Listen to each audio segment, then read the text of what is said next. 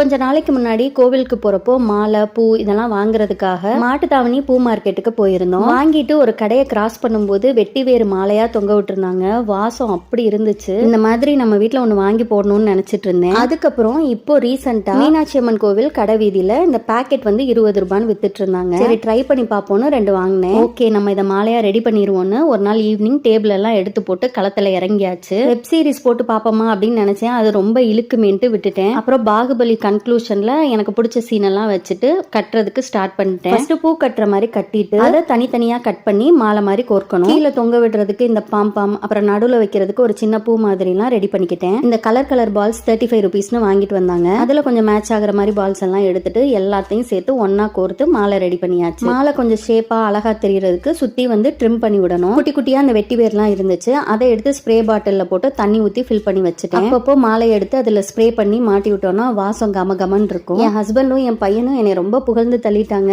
Okay என் மூஞ்சிக்கு முன்னாடி இவ்வளவு எல்லாம் புகழாதீங்க. ஒரு 4 நாளைக்கு வாவ் நம்ம பண்ணதா இவ்வளவு அழகா இருக்குன்னு நினைச்சிட்டு இருந்தேன். அதுக்கப்புறம் அப்படியே நார்மல் ஆயாச்சு. அவ்வளவுதான் முடிஞ்சு. இன்னொரு வீடியோல பார்க்கலாம்.